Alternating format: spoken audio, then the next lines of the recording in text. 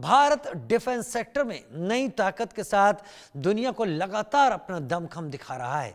इसी कड़ी में केंद्र सरकार ने अब तक के सबसे बड़े घरेलू रक्षा सौदे की डील पर मोहर लगा दी। इसके अंतर्गत 156 स्वदेशी लाइट कॉम्बैट हेलीकॉप्टर प्रचंड की खरीद को मंजूरी मिली है। सीएसएस से हरी झंडी मिलने के बाद यह तय हो गया है कि भारत प्रचंड को पहली खेप 2028 में मिलेगी भारत को, और इसे 2033 तक पूरी तरीके से डिलीवर करने की योजना है। दुनिया के सबसे हल्के लड़ाकू हेलीकॉप्टर्स में शुमार किए जाने वाले प्रचंड की सबसे बड़ी खूबी यह है कि ये दुर्गम स्थानों पर दुश्मनों को मुंहतोड़ जवाब देने में माहिर है। अगले कुछ मिनट हम कुछ खास मेहमानों के साथ प्रचंड की खूबियों पर चर्चा करेंगे, लेकिन पहले ये रिपोर्ट।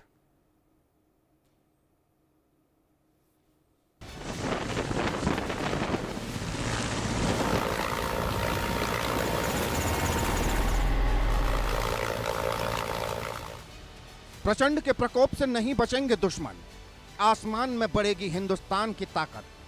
प्रबल प्रचंड से दुश्मन कांपेंगे थर-थर, दुश्मनों में भय, प्रचंड से प्रलय। दुश्मनों को चारों खाने चित करने के लिए आ रहा है प्रचंड। चीन पाक की नापाक हरकतों पर लगाम लगाने के लिए आ रहा है प्रचंड। आसमान में अनहद गर्जन करने के लिए आ रहा है प्रचंड, भारत का प्रचंड। हिंदुस्तान के प्रबल प्रचंड के प्रकोप से बचना अब दुश्मन के लिए मुश्किल ही नहीं, नामुमकिन होगा। खबर क्या है, पहले तस्दीक कीजिए।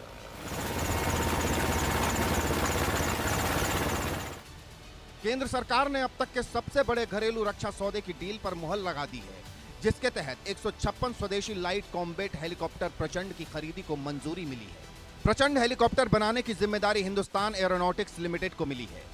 जून 2024 में HAL को 156 लाइट कॉम्बैट हेलीकॉप्टर की सप्लाई का सौदा मिला था। सुरक्षा मामलों की कैबिनेट समिति ने इसे अब हरी झंडी दे दी है। इस प्रोजेक्ट की लागत करीब 62,000 करोड़ रुपए रहने वाली है। भारत को प्रचंड की पहली खेप 2028 में मिलेगी।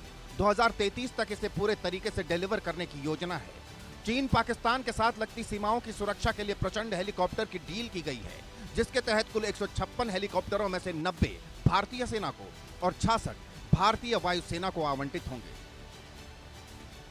प्रचंड का नाम प्रचंड यूं ही नहीं रखा गया है। इसकी ताकत, इसकी मारक क्षमता इतनी घातक है कि पलक झपकने से पहले दुश्मन चारों खाने चित हो जाएगा।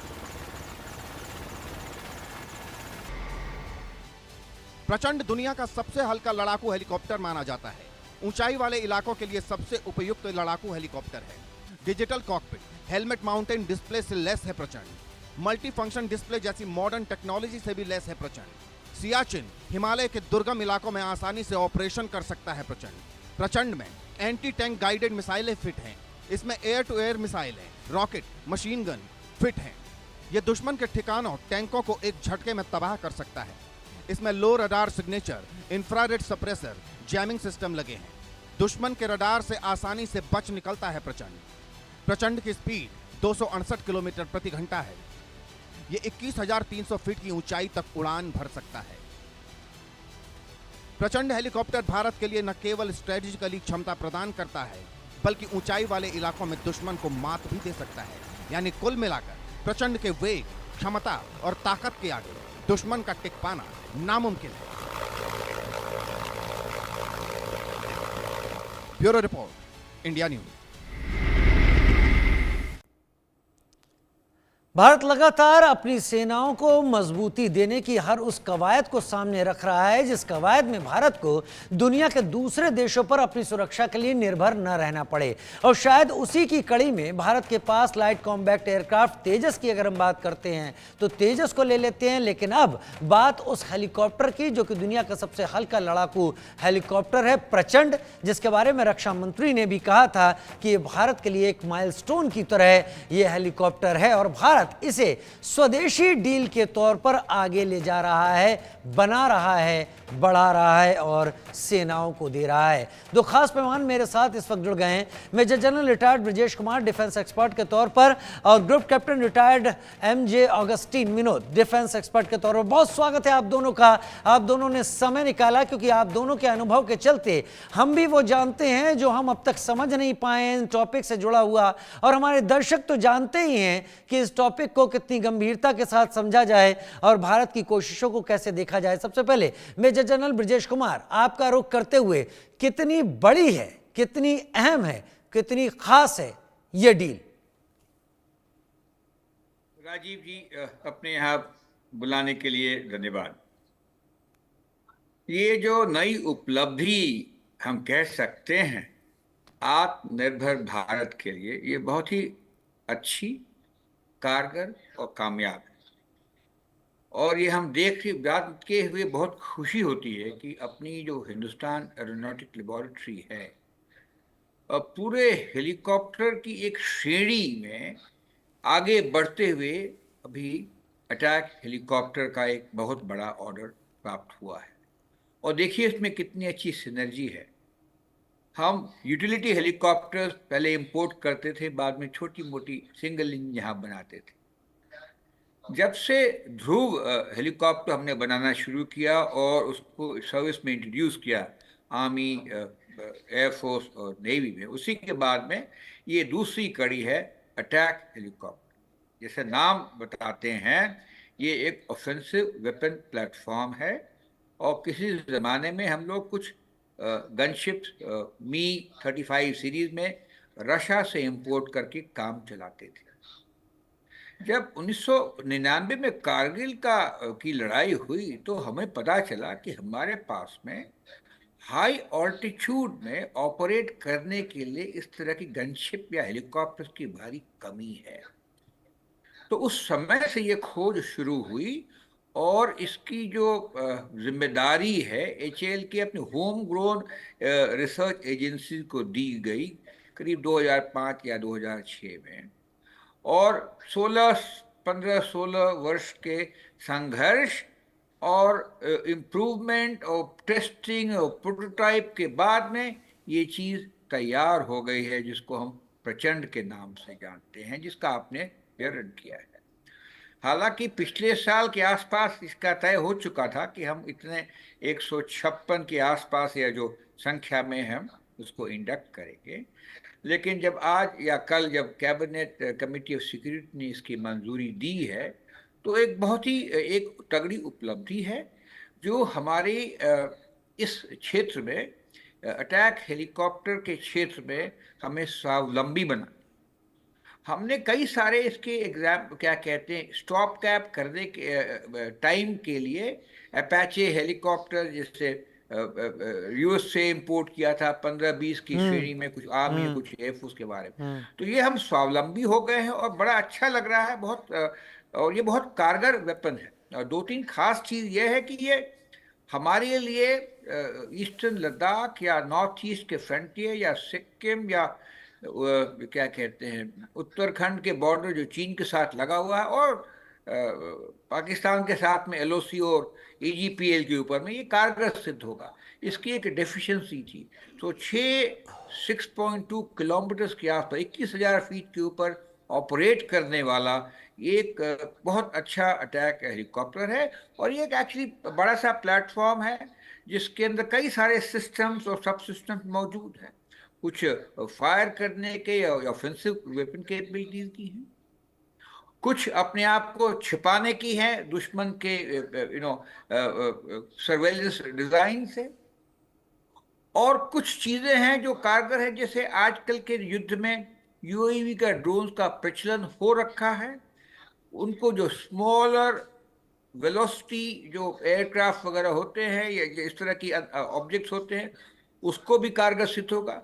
तो मैं समझता हूँ कि ये बहुत बड़ी उपलब्धि है और बहुत खुशी की बात है और एक छोटी सी कड़ी है। इसका हम अगर जिक्र करें कि हिंदुस्तान दुनिया का सबसे बड़ा आर्म्स इंपोर्टर रहा है कंटिन्यूअसली फॉर 3-4 डेकेड्स, एक्सेप्ट 2024 जब यूक्रेन ने इसको रिप्लेस किया था।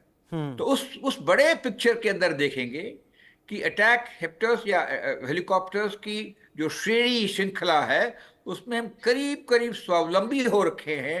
तो बहुत बड़ी उपलब्धि है, बहुत बड़ी उपलब्धि। एक और बात बताऊंगा जी, ये अपने जो प्रतिद्वंदी हैं हमारे उत्तर की दिशा में या पश्चिम की दिशा में, उनके तुलना में ये काफी उनसे हम ज्यादा बेटर है, ज्यादा ये सक्षम साबित हो और हमें खुशी है बताते हुए, और हम आशा करते हैं कि आर्म फोर्सेस के जो एयर आर्टिलरी एविएशन है आर्मी की और इंडियन एयरफोर्स इसका भरपूर फायदा उठाएगी और बहुत सारे इनोवेशन भी करेगी, और उसको फिर एक अच्छा वेपन सिस्टम है, और शायद हम इसको भी एक्सपोर्ट भी कर पाएंगे और एक नाम अच्छा कमा पाएंगे। ठीक है, 21,300 फीट की ऊंचाई तक ये प्रचंड उड़ सकता है। पावरफुल प्रचंड इसे इसीलिए कहा जा रहा है। और इसके साथ सबसे बड़ी बात ये है कि ये हमारे ही देश में बन रहा है, ये देश के अंदर ही इस डील को साइन किया गया है। इससे हमें निर्भर नहीं रहना पड़ेगा कि कई तरीके के स्टेट्स, कई तरीके के ऑब्स्टेकल्स को पार करना है, बाधाओं को पार करना है, फिर दूसरी सरकार से बात करनी है, टेक्नोलॉजी मिलेगी कि नहीं मिलेगी, आगे भविष्य में हमें कोई दिक्कत होगी तो हम उस पर कैसे पार पाएंगे। Group captain retired doctor MJ Augustine Vinod मेरे साथ इस वक्त जुड़े हुए हैं। आप तो मिगी किस फाइटर पायलट रहे हैं सर? प्रचंड की जो तेजी है और प्रचंड की जो मजबूती है और प्रचंड की जो सोच है, एलएसी, एलओसी, और फिलहाल पिछले कुछ दिनों से हमको अपने नॉर्थ ईस्ट से लगे हुए उस देश से थोड़ी दिक्कतें हो रही हैं, जो इस वक्त हमारे एडवर्सरीज के कुछ नजदीक जाता हुआ दिखाई पड़ रहा है।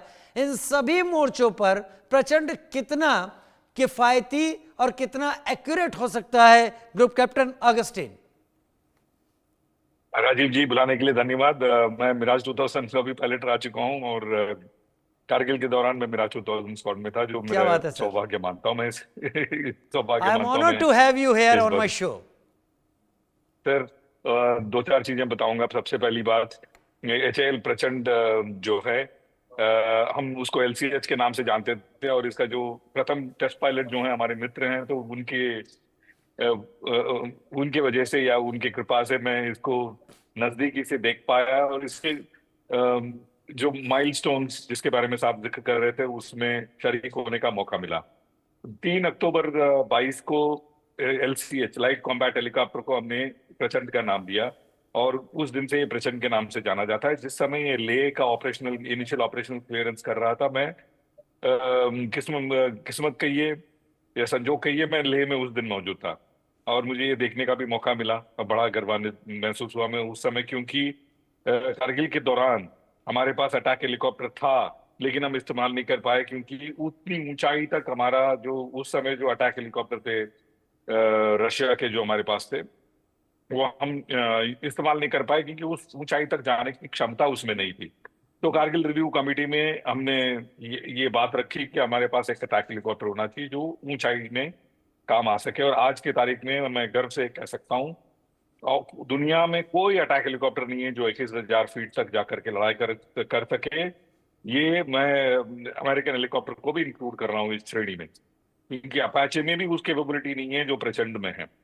वो ऑल्टीट्यूड की बात करें, अगर दूसरी बात करें तो इसके अंदर जो इंजन है, सफरान आर्डिडेन करके एक इंजन है, जो बड़े बड़े नामी हेलीकॉप्टर में है, जैसे कामोव हो गया या फिर यूरोकॉप्टर हो गए, तो उस तरह के हेलीकॉप्टर में भी मौजूद हैं। और सबसे बड़ी बात राजीव जी ये मैं कहूंगा, क्योंकि हम प्रचंड और ध्रुव में ये इंजन लाए फ्रांस से, और फ्रांस से कुछ TOT हमें मिला, इसकी वजह से हम आज इसका जो ऑफशूट कहते हूँ HAL का HTSC 1200 एक हेलीकॉप्टर इंजन है। शायद दुनिया में कुछ चंद देश हैं जो हेलीकॉप्टर के इंजन बनाते हैं, उस देश में हमारा नाम भी जुड़ गया है। हिंदुस्तान टर्बोशॉफ्ट इंजन HTSC 1200 हम एक इंजन बना रहे हैं। आगे वाले जो आने वाले प्रचंड में अगर ये इंजन सफल हुआ और होगा भी, उसमें हमारा इंजन भी देखने मिलेगा। ये सबसे अपने आप में एक बहुत अच्छी बात कहूंगा मैं। और इसके आर्मोमेंट आप देखेंगे, हमने तो परसों नरसों आपके साथ ही राजीव जी बैठ करके हमने नाग का और हेलिना का हमने जिक्र किया, और तो हमने ध्रुवास्त्र की बात की। जो ध्रुवास्त्र वो है जो नाग हवाई हेलीकॉप्टर में जो लगता है उसको ध्रुवास्त्र कहते हैं हम। नाग जो मिसाइल है, इसमें 4x4 नाग मिसाइल जो ध्रुवास्त्र कहते हैं, वो एंटी टैंक गाइडेड मिसाइल ले जा सकते हैं। और एक है हाई स्पीड लो ड्रैग HSLD 250 पाउंड का बॉम्ब है। वो दुनिया में बहुत कम हेलीकॉप्टर्स हैं वो HSLD 250 बॉम्ब ले जा सकते हैं। उस श्रेणी में अपना प्रेजेंट है। Cluster munition, unguided bomb, grenade launcher, M621 के जो कैनन हैं, जो बहुत वॉर में इस्तेमाल किया गया है, इंक्लूडिंग वियतनाम वॉर, वो वाला कैनन जो है, प्रूवन कैनन, वो इसमें हम लगाते हैं। और लेजर गाइडेड रॉकेट्स बहुत कम हेलीकॉप्टर लेके जा सकते हैं। मिस्ट्राल 4x2 में, मिस्ट्राल है सरफेस टू एयर, जमीन से हवा में मार करने वाला एक मिसाइल है, उसको हमने हवा से हवा मार करने वाले मिसाइल बना दिया है और उसको हमने इसमें फिट कर दिया है। तो प्रचंड अपने आप में अगर आप देखेंगे, उसकी जो स्टैंड अलोन खूबी है, उसको किसी भी हेलीकॉप्टर के साथ अगर आप तुलना करते हैं, तो जो कि ये अटैक हेलीकॉप्टर के रेस में बाद में आया, उसमें सारी खूबियां हैं जो किसी और हेलीकॉप्टर में अपने आप में नहीं है, अपाचे इंक्लूसिव। तो अपाचे को भी मैं इसमें इंक्लूड कर रहा हूं। तो आप देखिएगा इसको, अगर अच्छी तरीके से हम इसका अगर हम एडवर्टाइज करें और दुनिया को बताएं, तो नाइजीरिया के अलावा, फिलीपींस के अलावा और भी देश होंगे जो हम इस हेलीकॉप्टर को लेने की मुहिम में खड़े हो जाएंगे, कतार में लग जाएंगे, जैसे अपाचे लेने की कतार में लोग खड़े हैं। अच्छा तो अच्छा अच्छा अच्छा पोटेंशियल मैं बहुत ही हाँ, अच्छा है जी। अच्छा, मैं अब वापस एक सवाल की शुरुआत आपसे ही करूंगा, फिर मेजर जनरल ब्रजेश पर जाऊंगा। अब मेरा सवाल आपसे ये है कि कोई भी इस तरीके का इक्विपमेंट, कोई भी आर्मी के लिए हेलीकॉप्टर हो या मिसाइल्स हो या टैंक्स हो या आर्मर्ड व्हीकल्स, कुछ भी हो, उनका हर टेरेन में काम करना, हर कंडीशन में काम करना, ये एक बहुत अहम चीज़ होता है। मैं प्रचंड को लेकर आपसे जानना चाहता हूं, क्या प्रचंड को लेकर हम ऐसा सोच सकते हैं कि ये हर वेदर, हर कंडीशन में काम करेगा? बहुत अच्छा सवाल है राजीव जी। आप देखिए, दुनिया में ऐसा कोई जगह नहीं है दुनिया में, हम एकमात्र कंट्री हैं जो समिट टू द सी, मतलब सी से लेकर के दुनिया में सबसे बड़ा जो पहाड़ है वो हमारे यहाँ है। और हमारे जो इक्विपमेंट हैं वो समिट टू द सी काम करने में सक्षम हो, ऐसा होना अनिवार्य है हमारे लिए, ऑप्शन नहीं है। क्योंकि हमारे नॉर्दर्न एनिमी हमसे पहाड़ों में लड़ने वाला है, हमारा वेस्टर्न एनिमी पहाड़ों से लेकर के मरुस्थल में लड़ने वाला है। तो हमारे लिए वो तो कोई रास्ता नहीं है। हमारे सारे इक्विपमेंट अव्वल नंबर के होने चाहिए। जो इक्विपमेंट यहाँ पास कर जाएगा राजीव जी, आपको मैं बताऊं, वो इक्विपमेंट कहीं भी पास कर जाएगा। और 15 हेलीकॉप्टर, दर्शकों को बताऊंगा, 15 हेलीकॉप्टर ऑलरेडी हमारे पास सर्विस में हैं। 143 हेलीकॉप्टर यूनिट जोधपुर, जहां मुझे हाल ही में जाने का मौका मिला, मिसामारी, जहां पे आर्मी एविएशन स्क्वाड 343 है शायद, वहां भी मुझे जाने का मौका मिला। तो ये दोनों जगह मैं जाकर के प्रचंड को देखने का सौभाग्य भगवान ने मुझे दिया। और ये दोनों ही जो एविएटर्स हैं, प्रचंड से अति खुश हैं। ये अपने आप में बहुत बड़ी बात है। Over to you Rajiv. Major general Brajesh Kumar, हम जब भी बात करते हैं भारत के डिफेंस को लेकर, तो कई बार बातें भारत के डिफेंस को लेकर उन कैपेबिलिटीज़ की भी होती हैं जो समय के साथ अपग्रेड होनी चाहिए, नंबर्स में भी और क्वालिटी में भी। मैं एयरफोर्स की अगर मैं बात करूं और इस हेलीकॉप्टर को उसके साथ रखूं, हम 42 स्क्वाड्रन की बात करते हैं, हम 31 स्क्वाड्रन पर अभी हैं। ये हेलीकॉप्टर प्रचंड अगर हमें समिट से लेकर सी तक सिक्योर करने की कैपेसिटी रखता है और जो बेस्ट ऑफ द हेलीकॉप्टर्स हैं उनके बराबर आकर स्टैंड करता है, तो कितनी नफरी जरूरी होगी? क्या जितना ऑर्डर दिया गया है वो भारत के लिए सही है 2033 तक, या भारत को उससे पहले और भी बहुत कुछ करना होगा? मेजर जनरल राजीव जी, पहले तो इसके बारे में बता दें, ये जो हेलीकॉप्टर, अटैक हेलीकॉप्टर्स हैं, उस तरीके से एयर पावर्स के जो स्क्वाड्रंस आपने बताए, जिक्र किए, इंडियन एयरफोर्स की 45 होने चाहिए और कम है, उसमें टिपिकली शामिल नहीं होंगे। इनका रोल बिल्कुल अलग है और इनका रोल आर्मी में ज्यादा है और एयरफोर्स में उसके हिसाब से कंपैरेटिवली थोड़ा कम है। इस वजह से आप ये भी देखेंगे कि करीब 90 की संख्या आर्मी एविएशन की तरफ जा रही है, जो अभी नए ऑर्डर हुए हैं, और करीब 66 जो हैं वो इंडियन एयरफोर्स की तरफ जा रही है। तो ये स्पेशल काइंड ऑफ इक्विपमेंट है, वो स्पेशलाइज्ड टास्क पर से। Of course overall air threat के मामले में ये एक फिट बैठेगा उस हिसाब से। एक चीज मैं बताना चाहूंगा जो इसके बाद में जिक्र हो रहा था आपका और ग्रुप कैप्टन विनोद जी। के बारे। देखिए जो हमारी जो बैटलफील्ड बड़ी एक्सट्रीम सी है। इसका जिक्र आया था मरुस्थल में, मतलब कि हम मीन सी लेवल पे और करीब 45 से 50 डिग्री सेल्सियस पे लड़ाई करते हैं। नॉर्दर्न एरिया में जो कि लेह का एरिया है वो कोल्ड डेजर्ट है, प्रेसिपिटेशन नहीं होती है, ऑल्टीट्यूड बहुत ज्यादा है, टेम्परेचर सब जीरो लेवल पे होते हैं। अगर हम नॉर्थ ईस्ट की बात करें वहां भी हाइट्स हैं मगर ह्यूमिडिटी बहुत ज्यादा है और थिक जंगल से, जहां के मैं अरुणाचल प्रदेश की। नाउ ये जो एम्प्लॉयमेंट है मेन और मटेरियल का, खासकर इस अटैक हेप्टर की बात करें, ये इसका इस्तेमाल पूरे ऑपरेशन जोन में होगा। और इस कारण से अगर देखेंगे कि इसकी पहली जो टेस्टिंग हुई थी जोधपुर में हुई थी करीब 6-7 साल पहले, जहां की हायर टेम्परेचर में उसको टेस्ट किया गया। दूसरी टेस्टिंग इसकी हुई थी अरुणाचल प्रदेश में, जहां पे हाई ऑल्टीट्यूड वेट एनवायरनमेंट में इसका इस्तेमाल किया गया था, नॉर्दर्न नेबर कह के। तो इस करके ये बड़ी अच्छी उपलब्धि है।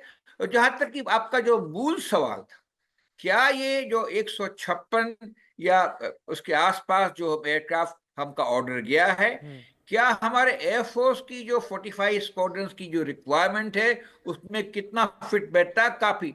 देखिए उसमें थोड़ा फर्क है, जैसे मैंने पहले बताया था, एयरफोर्स के पास में जो रोल के लिए होता है, काउंटर एयर ऑपरेशंस के लिए होता है, स्ट्रेटेजिक बॉम्बर्स का होता है और कई इस तरह के होते हैं। अटैक हेप्टर्स का रोल लिमिटेड है, जो कि आर्मी की मदद करता है क्लोज सपोर्ट ऑपरेशंस में अगेंस्ट एंटी टैंक और एंटी पर्सनल स्पेसिफिकली, और उसके साथ और छोटे छोटे क्या चीजें क्या आती हैं। क्या तो सर, दो क्या अलग सी चीजें क्या हो गई क्या हैं। सर मैं इसे इस तरीके से कह सकता हूं, जैसे आर्मी का मूवमेंट होता है तो आरओपीज आगे आगे चलती हैं, ये हेलीकॉप्टर उसी तरीके से फील्ड ओपनिंग पार्टी का काम करेगा आर्मी के मूवमेंट के लिए। क्या मैं गलत हूं इसमें?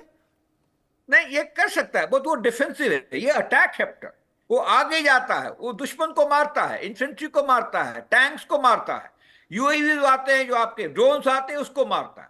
तो इनका स्पेसिफिक थोड़ा ऑफेंसिव है। ये जो आपका काम का सही कहा, लेकिन इसकी दिशा जो सोच है, जो इक्विपमेंट की जो बनावट है, ये ऑफेंसिव स्पिरिट के साथ में कह सकते हैं। तो ये अटैक, और जैसा नाम भी इसका है प्रचंड, ये बहुत ही कारगर है, बहुत ही पावरफुल है, और अपनी भारतीय सेना को कोई भी दुश्मन के ऊपर कब्जा करने के लिए, काबू करने के लिए, अटैक करने के लिए, ग्राउंड पोजीशन होल्ड करने के लिए, काउंटर अटैक से बचने के लिए, दुश्मन के टैंक को नष्ट करने के लिए, उनके यूएवी और ड्रोन्स को नष्ट करने के लिए इंपॉर्टेंट है। हालांकि चूंकि ये एक प्लेटफॉर्म हवाई जहाज में उड़ता है, हाई एल्टीट्यूड में काम करता है, तो बहुत सारे और भी इसके हम इस्तेमाल कर सकते हैं। वो उस तरह का इनोवेशन के लिए इंडियन आर्म फोर्सेस बहुत ही मशहूर है कि कोई भी हमारे पास इक्विपमेंट आता है हम उसको किसी और फॉर्म में भी इस्तेमाल कर सकते हैं। मेरे पास समय थोड़ा कम है मेजर जनरल, लेकिन मैं ग्रुप कैप्टन एमजे ऑगस्टीन से एक सवाल पूछना चाहूंगा। हेलमेट माउंटेड डिस्प्ले अगर इस तरीके के हेलीकॉप्टर्स में दिया जाता है, ये एक्चुअल जब हम इसको परफॉर्म करना होगा, ये कितना बड़ा डिफरेंस करेगा वहां पर जंग में? राजीव जी, आप हमेशा उम्दा सवाल पूछते हैं, और आपका जो सवाल है हेलमेट माउंटेड डिस्प्ले, हमारे प्रचंड में, और मैं ये दर्शकों को कहना चाहूंगा, हेलमेट माउंटेड साइटिंग डिवाइस है। इसमें फर्क मैं समझाता हूं 30 सेकेंड्स। हेलमेट माउंटेड डिस्प्ले में सिर्फ डिस्प्ले आता है। हेलमेट माउंटेड साइटिंग डिवाइस जो है HMSD, इसमें आप जब सर घुमाते हैं, आप मेरे पीछे हेलीकॉप्टर देख रहे हैं और स्क्रीन में भी हेलीकॉप्टर देख रहे हैं, उसका जो गन का टरेट है मेरे सिर के साथ साथ घूमेगा। बाकी मिसाइल के जो हेड हैं, जहां मैं नजर घुमाऊंगा सारे जो मेरे वेपन्स हैं मैं- वो भी उसी तरफ को देखेंगे। ग्रुप कैप्टन, और मैं जहां मजाक मैं- नहीं कर रहा आपसे। क्या ये टेक्नोलॉजी आ सकती है कि हम अपनी आंख की पलकों को ब्लिंक करें और फायर भी हो जाए? रफाल में ये है, सीरी की तरह है। रफाल को बोलो आप Rafale please select this weapon, वो रफाल सेलेक्ट करेगा। वॉइस ऑपरेटेड है, प्रचंड में वॉइस ऑपरेटेड जो ट्रायल्स चल रहा है। हम बहुत आगे हैं राजीव जी, हम बस अपनी ढिंढोरा कम पीटते हैं हमेशा से। आई थिंक पिछले 1000 साल से हम अपनी ढिंढोरा कम ही पीटते आए हैं। अगर हम अपनी ढिंढोरा पीटते तो हो सकता है सारी दुनिया सनातनी होती।